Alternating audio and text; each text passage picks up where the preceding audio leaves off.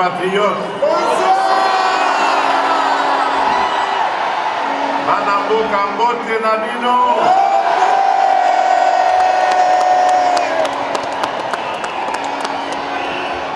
Je vais parler en français parce qu'il n'y a pas que des Congolais dans la salle. Et je crois qu'il y a même la presse étrangère, principalement belge. Et donc, pour que tout le monde me comprenne, ce serait plus juste de parler français. Et ça vous été.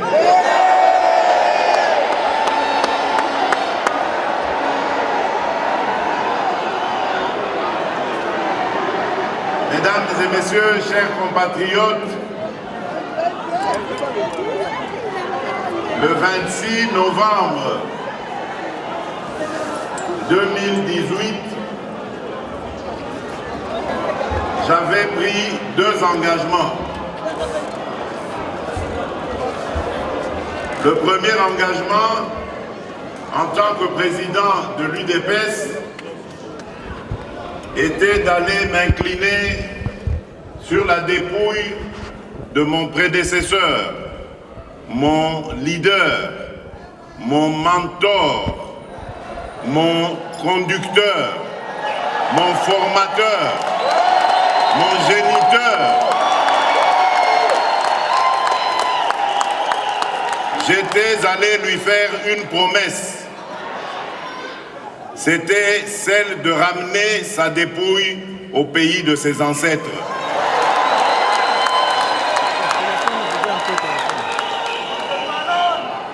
Ma deuxième promesse, je vous l'avais faite à vous, chers compatriotes. Vous qui m'avez vu naître politiquement, parce que c'est ici que j'ai aiguisé mes dents politiques. C'est dans ce pays que j'ai pris mes premières fonctions politiques à la cellule de l'UDPS Leuven. C'est dans ce pays que j'ai accru ma capacité à développer la diplomatie de mon parti. Et donc c'est dans ce pays que j'avais fait la promesse à vous, mes frères, mes sœurs, de vous ramener la victoire.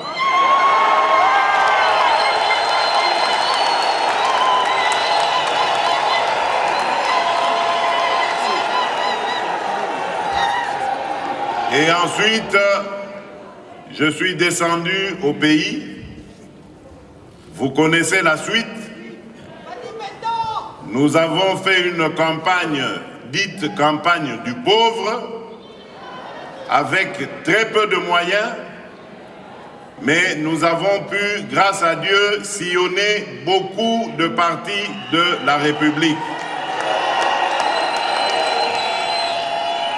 Au bout du compte, Dieu nous ayant fait grâce, nous avons obtenu la victoire.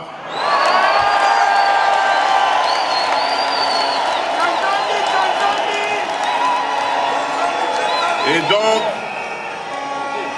il n'était que normal que mes premiers pas en terre européenne soit réservé à la Belgique, mon autre Congo, le prolongement de notre Congo, la Belgique où j'ai commencé mes pas de leader politique, la Belgique où se trouve une grande partie de notre diaspora.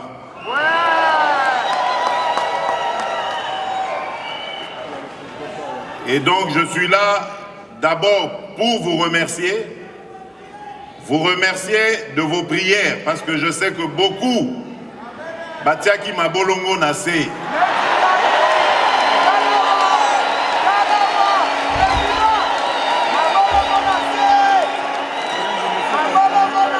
vous remerciez également de votre soutien, parce que je sais que beaucoup ont veillé comme nous ce soir-là du 10 janvier 2018 pour attendre les premiers résultats de la publication provisoire.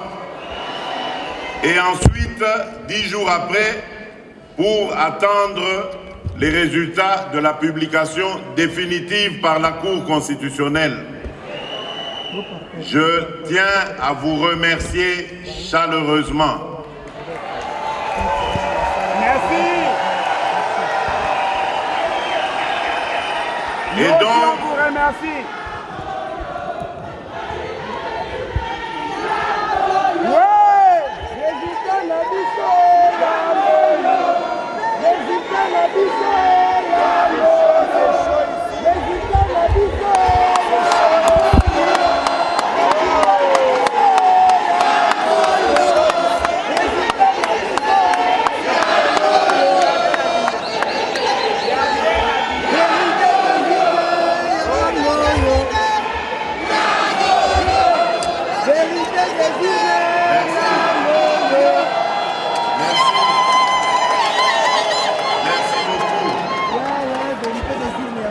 Je disais donc que, comme je l'avais dit le soir de la confirmation de mon élection, après le combat pour la conquête du pouvoir, un autre combat commence. Et j'ai rajouté que j'étais le président de tous les Congolais.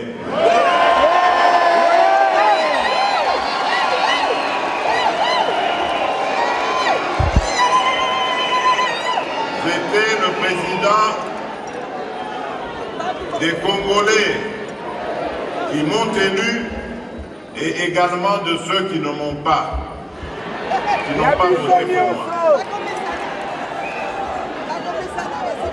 Et donc, à partir de ce moment-là, j'ai lancé un appel à l'unité des Congolais. Parce qu'un autre combat commence, comme je l'ai dit, le combat pour la reconstruction de notre pays. Amen. Et croyez-moi, chers compatriotes, peu importe le temps que vous prendrez pour rentrer au pays, sachez toutes et tous, là où vous êtes et dans ce que vous faites, il y aura toujours une place pour chacun d'entre vous chez nous.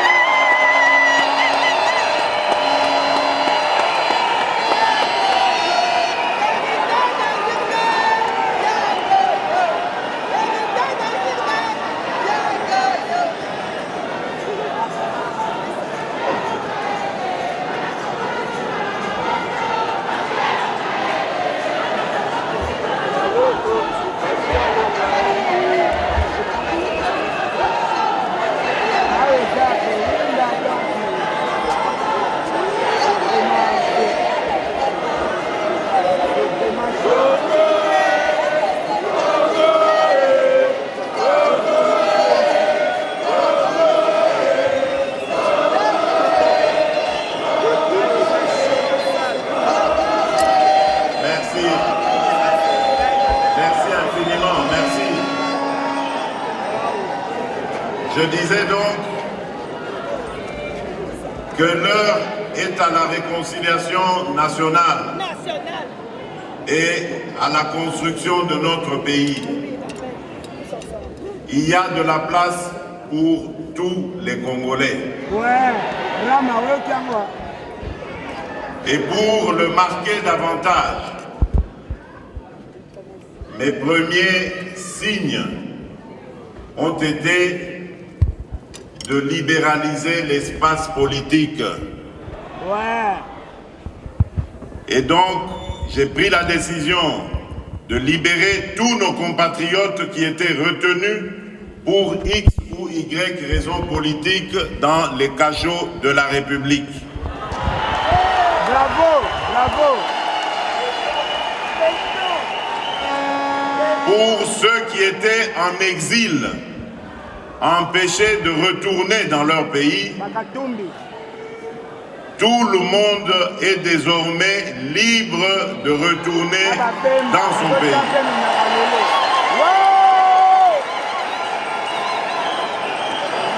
Aujourd'hui, il n'y a plus de raison désormais à prétendre craindre le pouvoir qui est en place. Mais je ne demande pas à revenir incessamment parce que je connais les réalités de la vie à l'extérieur du pays, surtout ici en Belgique. Je connais les engagements professionnels, ce que cela signifie, et je sais que la réinsertion sociale, lorsque surtout on est à la tête d'une famille nombreuse, n'est pas assez facile. Donc prenez votre temps, chers compatriotes, mais n'oubliez pas de rentrer dans votre pays.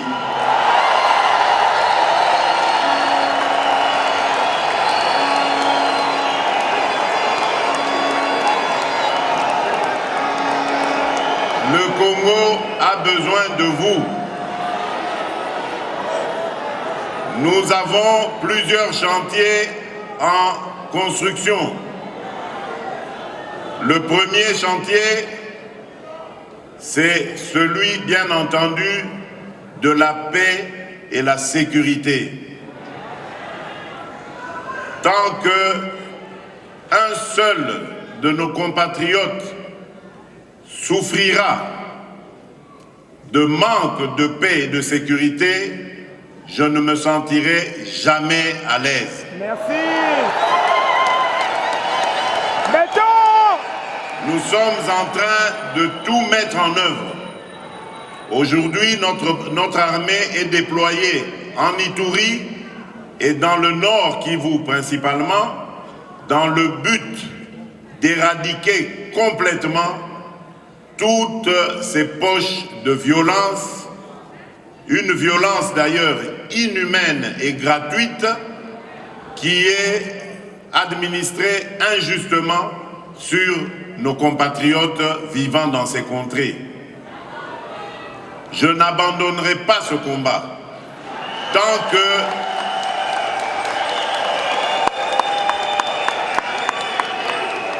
que ces renégats Banyangala Katawana seront là.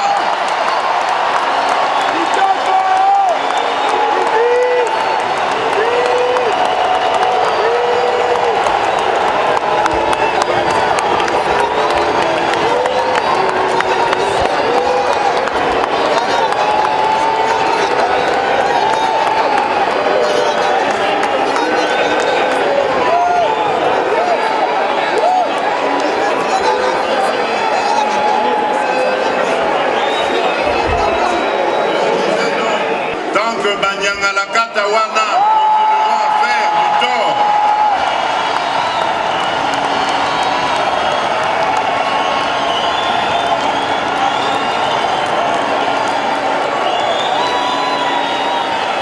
Tant qu'ils continueront à faire du tort à nos compatriotes, ils me trouveront face à eux.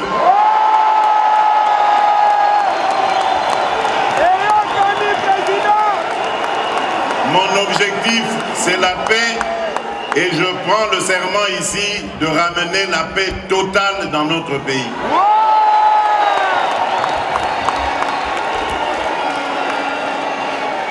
Le deuxième objectif, le deuxième chantier, c'est celui de l'instauration d'un état de droit. Ce vœu cher à notre grand combattant, l'immortel Étienne Tshisekedi Wamulumba.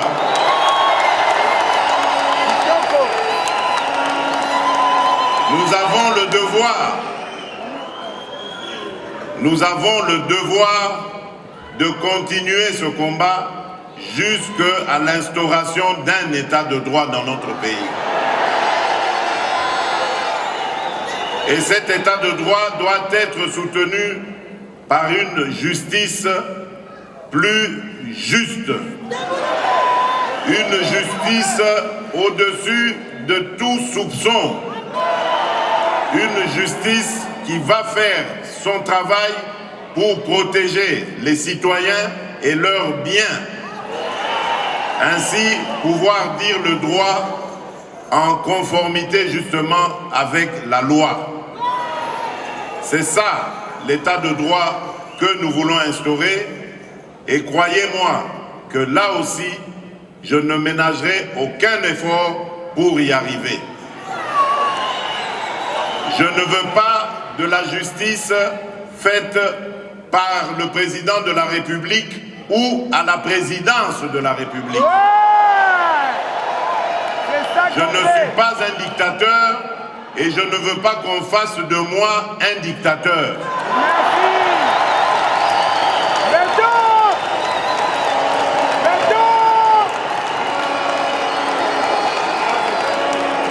Bien parlé, monsieur le président. Merci.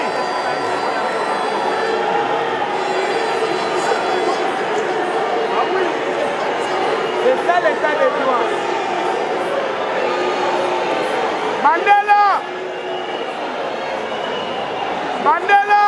Cet état de droit nous permettra de déployer en toute confiance notre programme, et ça, ce sera le troisième chantier qui s'attaquera aux luttes, à la lutte contre les anti-valeurs. Merci. La lutte contre principalement la corruption. Ce mal qui a rongé notre pays et qui a complètement ruiné notre économie. Merci. Tant qu'il y aura des corrompus en République démocratique du Congo, le développement ne sera pas possible. Merci. Les Congolais doivent comprendre que nous devons rejeter ces pratiques et nous consacrer réellement à la bonne gouvernance en usant comme il se doit de nos potentialités et ainsi pouvoir accroître notre richesse et par là mieux la redistribuer afin de réussir la lutte que nous avons engagée contre la pauvreté. Merci. Et d'ailleurs, à ce sujet, j'ai même un conseiller spécial chargé justement de m'aider à lutter contre la pauvreté. Merci. Dans les jours qui viennent, nous proposerons aux Congolais notre programme de lutte contre la pauvreté et vous verrez combien il est ambitieux et porteur d'espoir. Merci. L'autre chantier qui est déjà aussi en cours, c'est celui de l'éducation. Depuis le 2 septembre de cette année, dans l'enseignement fondamental, il y a désormais la gratuité.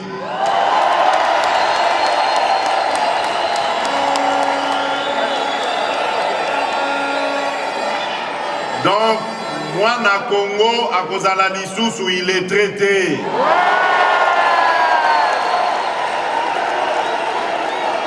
Pour accueillir la kotanga pe kokoma ofele.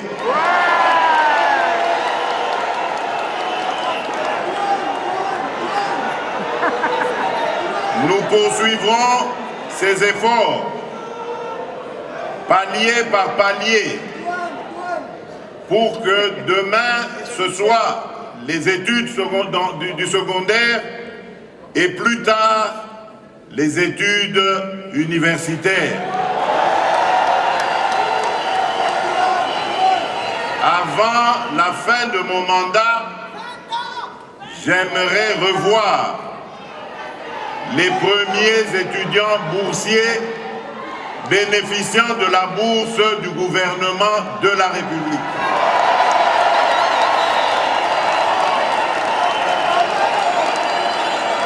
Oui, cela est possible et nous l'avons démontré avec le peu d'argent que nous avons trouvé dans les caisses du Trésor public.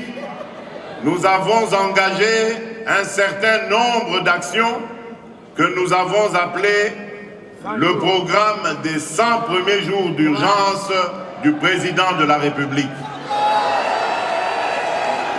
Avec ça, nous avons réussi beaucoup de choses, mais je sais qu'il y en a encore beaucoup d'autres à réaliser. Mais nous avons remis en état plusieurs routes, nous en avons construit d'autres, nous avons construit des ponts, nous avons désengorgé des territoires entiers, nous avons restauré des écoles, nous avons construit des écoles, nous avons restauré des hôpitaux, nous avons construit des hôpitaux. Bref, nous avons fait beaucoup de choses avec peu de moyens.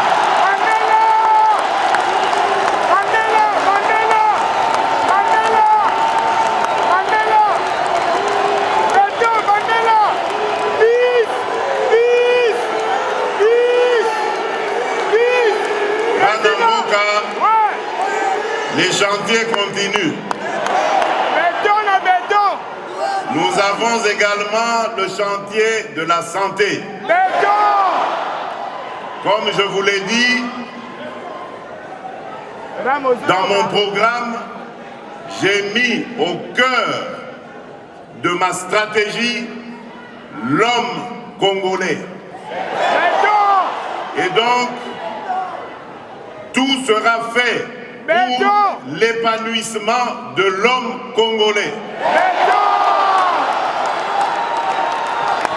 Son éducation, sa santé, son emploi, son bien-être, tout sera fait pour l'épanouissement du Congolais.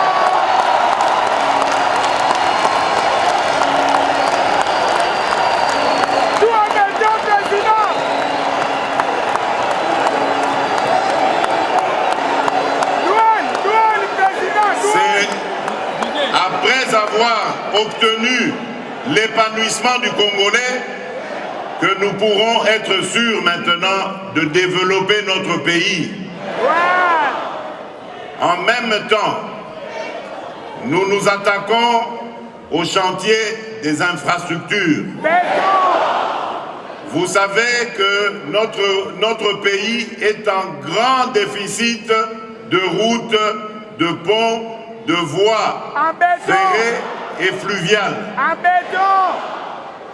Nous avons depuis quelque temps entrepris des contacts en tout genre.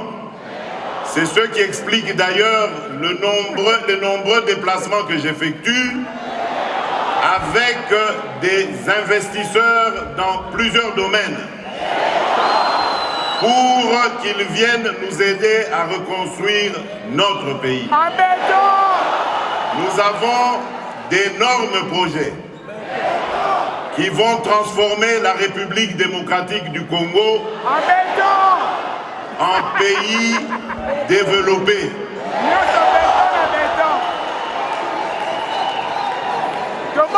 Notre chantier, comme vous le savez, c'est celui de l'énergie, l'eau et l'électricité.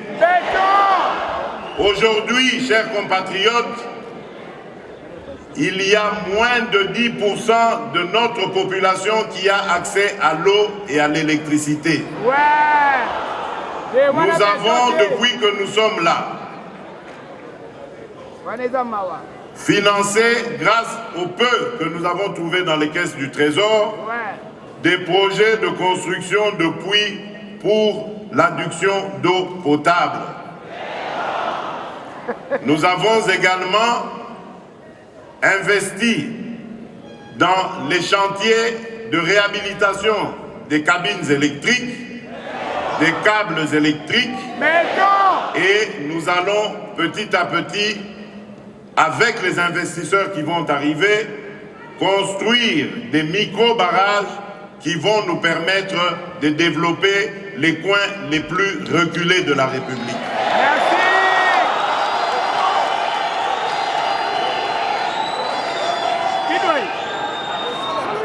Nous avons également le chantier du numérique et ça va faire plaisir aux jeunes. Le numérique est une nouvelle technologie qui est bien maîtrisée par nos jeunes. Merci. Nous voulons l'amener dans l'économie de notre pays. Cela nous permettra de mieux rationaliser nos dépenses et nous permettra d'augmenter les recettes du Trésor. Et avec cela, de relancer la croissance économique et de pouvoir faire face aux défis du futur. Nous avons également le chantier, et c'est un chantier énorme, de la diversification de notre économie. Comme vous le savez, les mines, les activités minières, qui pourtant devaient être un bonheur pour notre pays, sont la source de tous les malheurs du Congo et des Congolais. Nous avons donc décidé de sortir du tout minier pour aller principalement dans des domaines comme celui de l'agriculture, dans lequel il y a beaucoup de choses à faire. Je vous ai dit ici qu'on va construire des micro-barrages. Ils vont servir aussi à alimenter les industries agroalimentaires que nous allons construire. Nous aurons le mérite au moins de transformer ce que nous allons produire, de le distribuer à la consommation nationale et s'il y a de l'excédent, de l'envoyer même en exportation à l'extérieur. Le Congo regorge de 80 millions d'hectares de terres arables, avec à peu près la moitié en terres irrigables. Donc nous n'avons même pas besoin d'engrais. Et avec ces étendues, nous pouvons nourrir plus de 2 milliards d'humains. Donc le Congo va être une terre d'espoir pour beaucoup d'Africains. Et même au-delà de l'Afrique. Merci. Donc nous sommes sur le chantier de l'agriculture qui est un véritable Eldorado. Et ainsi, le sol congolais pourra enfin prendre sa revanche sur le sous-sol. Merci. Lequel sous-sol nous n'allons pas abandonner. C'est vrai que les mines nous ont causé beaucoup de malheurs, mais c'est surtout parce qu'il n'y avait aucune organisation sérieuse dans ce secteur. Ou plutôt, s'il y avait une organisation, on n'en avait pas tenu compte, on a préféré ruiner l'économie minière. Et donc nous allons remettre de l'ordre en nous conformant aux lois en vigueur, en rassemblant les creuseurs que beaucoup de traders utilisent à tort pour faire du mal au cours de nos matières précieuses. Et donc, nous remettrons de l'ordre, comme c'est stratégique. Je préfère me réserver et ne pas donner ici la stratégie que nous utiliserons. Mais ce qui est certain, c'est que nous allons nous réapproprier l'initiative de la vente et de la rente de nos propres minerais. que tout simplement, nous allons travailler sur la valeur ajoutée à y donner. J'en ai assez que les mines congolaises, la terre congolaise ne servent que de terre d'extraction. Maintenant, il est temps aussi que ce soit une terre de transformation. Nous allons transformer nos matières premières, leur rajouter de la valeur et accroître notre économie par ce fait.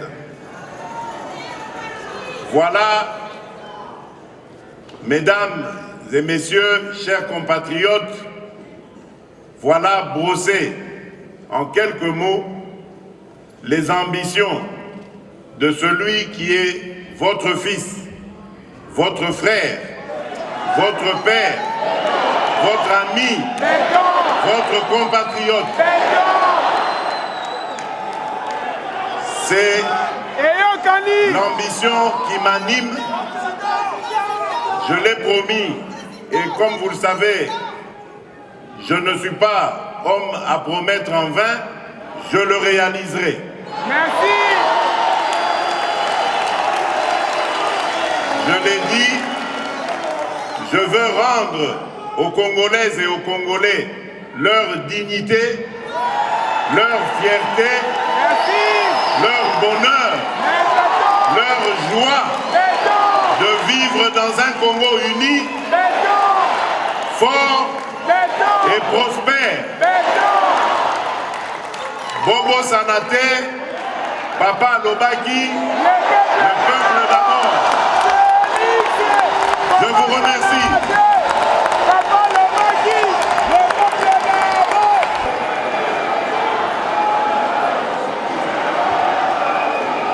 Merci.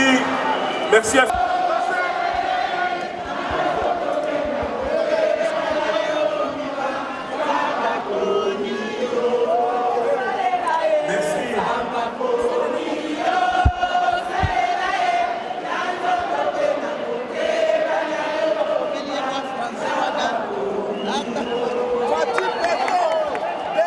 Merci.